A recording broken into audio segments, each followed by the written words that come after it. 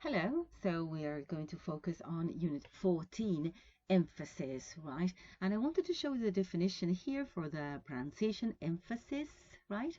S-I-S, but the plural is S-E-S and the pronunciation emphases, right? Emphases, long E there. Now, well, they're very interesting collocations with emphasis on something, upon something, to put or lay or place emphasis on something, and many others, right? But also I wanted to show the word origin, which is something I never do actually whenever I pay attention to this. So this is the word that comes via Latin from Greek, right? Clearly this is the word of Greek origin, right? So when do we emphasize something? Basically, when we do something anomalous. Remember, we have used this word to talk about uses of need. Remember, this verb that can be used non-anomalously. So I need something, I don't need something, do I need something, like an ordinary verb. But we can also use it as a modal. Need I do something? I needn't do something, right? That would be the anomalous use. And notice how something that is anomalous stands out, sorry, simply because it is different. That's the only point, the only reason, right? Something strays from the norm, right? Something that is unusual, it becomes naturally foregrounded, to foreground, right? Well, this probably will go to the noun exactly, but you may foreground something, you may foreground information, so bring it to the foreground, right? The play foregrounds the relationship between father and daughter, so it puts it in front of you so that you pay attention to it, right? So you make something stand out, you make something stronger because it is unusual, right? Also, when you use out of the way words, right? So unusual words, they also stand out. So anything that strays from the norm, right? The verb I'm using is stray. Which is to deviate, right? To do something different. They strayed into a path. His eyes kept straying over to the clock on the wall. His hands strayed to the telephone. Well, so on and so forth. Now, we can do this in different ways. By the way, you can go to the entry from Swan 184. Yes, 184 is the entry for emphasis on Swan, right? And you can do this in different ways. One of them is by using the passive voice, right? Remember that when we spoke about the passive voice, we said, that merely by changing the order of the constituents of the sentence, we could attract attention, right? Catch the reader's eye.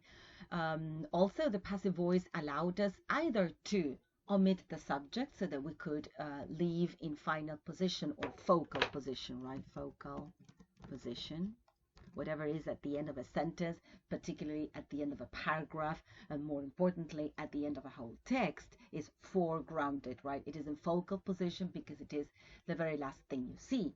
So it is in focal position, and the passive voice allows us either to leave the verb at the end of a sentence or the subject by adding by, right?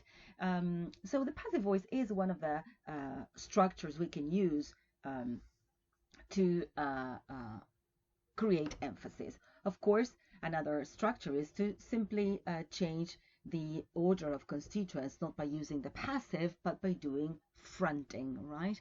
Now we're going to go to the verb front, right? The verb front. We're going to go to the noun first, so let's go to front as a verb. And as a verb, it means to put something in front of something else, right? Also remember that this has a use of as being the host of a TV show, to front a show. Present a TV program. But in grammar, when you front something, you give more importance to something by placing it at the beginning. But because it is normally at the end, so if you put it at the beginning, you're confused. So you have not done something normal, you have done something anomalous, and it stands out. So that's why the sentence here, up into the air went the balloon, stands out. Remember, we did the same in the previous unit for inversion, because this is a type of inversion. And we have other examples here with a clause like where the money is coming from, I don't know, right? We call this in Spanish estructura envolvente. Maybe you have seen this in Spanish, right?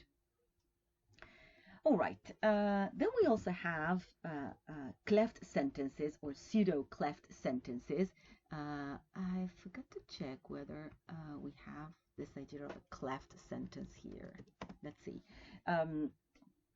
But the cleft sentence is an emphatic structure, right? A cleft is a division, right? Yes, we have the entrance for the cleft sentence. We're going to see all these concepts when we study cohesion further into the term. It is you that I love. That is my mother you're criticizing, right? Mostly this is done by using it, right? At the beginning of a sentence. You will see that it has many, many, many uses, but one of them is this one, like here, to emphasize any part of a sentence. So it is Jim who's the clever one. It is Spain that they were going to. It was 3 weeks later that we heard the news. So we're changing the order. We'll see the structure later, as I said, in cohesion or under cohesion, but we will call this the emphatic it, right? And then we will find that what, which is what we call sometimes a pseudo-cleft in grammar. What I hate is rainy weather, right? Okay, then we can use vocabulary to provide emphasis, right? We can also use stress. For example, remember, you might have told me you were coming, right? And you stress might, and that creates focus on, actually makes the word stand out, and it emphasizes the concept, right? But we can also use, apart from that, we can also use words, right? And this is what we begin to see now, as in own, right? My very own idea. I am adding very for the first example, right? I like better this idea of using indeed. Sometimes we're not that familiar with this word. It's a very simple, innocent word, indeed. It means very much so, right? Thank you very much indeed. I was very sad indeed, which means very, very, very, right? So be careful with this word. It's a very interesting, useful word because it is short and nice, and it just says very much so, yes, right? And there's another expression that I do like very much, which is to be sure, which means exactly the same as indeed, right? To be sure, it is formal, is to admit that something is true. So he is intelligent, to be sure, but he's also lazy. So this is used in a context in which we are admitting to something, but this may not necessarily be so. To be sure, we need help, right? Indeed, very much so, right? Sin lugar a dudas in español. And that's why I wanted to draw your attention to this word, to this phrase, because to be sure does not mean para estar seguro. Now, it may mean something of the sort. Mostly we use to be sure as an emphasizer, and it is followed by a comma. To be sure, I need help. To be sure, you're an idiot, which means very much so. Now, you could say, without a comma, to be sure that everything is provided, and in that case, we mean to confirm, right? Para estar seguros, if you wish. Be very careful. I have seen very good translators mistranslate this phrase, and it makes me crazy. Okay, to be sure, right? The other one I wanted to comment on was why. It is not here, right? You have other expressions that you can read on your own, because actually I think they're very, very well known to you, but they're using here whatever are you doing, whoever told you that, which I know you know. But why, not the adverb, but the why for exclamation is why, Jane, it's you. Why, it's easy. It doesn't really mean why, actually. It's merely an interjection, right? And in Spanish, it would very much look like pero, right? Pero Jane, right? Be careful. I think I skipped something. Yes, I wanted to show you that here we have another example of pronunciation or stress being making a difference, as that's for the use of the, right? Surely you're not the Elizabeth Taylor, are you, right? The Elizabeth Taylor, we changed the pronunciation there, right? Well, then you have the use of do on page 79. I do like, I do hope, do sit down. You know this very well. But I wanted to focus on adverbs and adjectives that we have seen before, but I would like to review them with you. One of them is sheer. Yes. Sheer, mostly used as an adjective. The sheer size of something, the sheer number of tourists, sheer luck, sheer chance, sheer coincidence, joy, bliss, determination, terror, panic, exhaustion, health. So you can see this is a very friendly word. It can go with anything, right? And I can use it as an adjective and also as an adverb. Then that means it is going to follow an adjective. Well, in this case, that's actually prepositions. Sheer, from the beach, dropped sheer away at our feet, right? Then also, apart from sheer, we also have utter, mostly used as an adjective, but more restricted in context, right? Utter nonsense and utter amazement and utter fool, right? Then we also saw together, I hope you remember, rank, right? As in rank disobedience. And all of these are emphasizers, and all of them mean very much so, right? Now, the first is a definition for rank as a noun, so we're going to go to the adjective. Rank smell of urine, what you want, however you want to pronounce it. The whole situation is pretty rank, right? Now, here. Very unpleasant or very unpleasant smell, right? So you can see again that rank is more limited in, more restricted in the kinds of words it can go with. I also like something I believe we have seen together, downright, another emphasizer, yes, which also means very, downright rude, downright dangerous, right?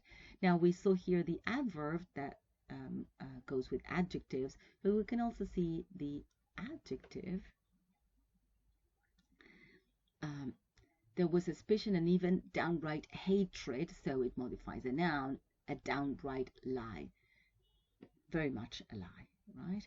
Downright and also outright, sorry. Maybe more open in collocation, an outright ban, which means prohibition, rejection, victory, the outright winner, complete and total. You see, we're always using words that mean more or less the same thing, but that appear in other contexts, right? So it's just that outright winner, outright, the outright majority, right? Outright opposition, open and direct, slightly different in meaning. We can also use it as an adverb. So she laughed outright. The candidate won. This is the typical collocation. Won outright. Yes, an outright to reject, outright. These two verbs typically collocate with outright, meaning clearly and completely. Also, we have an out and out, right? Which will mean again complete, right? An out and out lie, right? Okay, there are a couple of other things here that I know you know. Repetition, the use of nominalizations for, the use of the possessive pronouns, and even nominalizations, I would say, right? I wasn't feeling very well, and then you speak about your poor health. That makes your language more, I would say, more specific, more accurate, right? So you can see that this unit was very, very easy. We'll have a look at the activities. I think you can do them all without any problem. Activity 6 is a bit challenging, and so is number 7, but they're good, right? So that's the end of it, and that's the end of um, our work in language 1 or language 2 for translators, right? Remember that units 10 and 15 are review units, so you can use them for revision, but we don't use them in class. So that will be all. Thank you very much. Bye bye.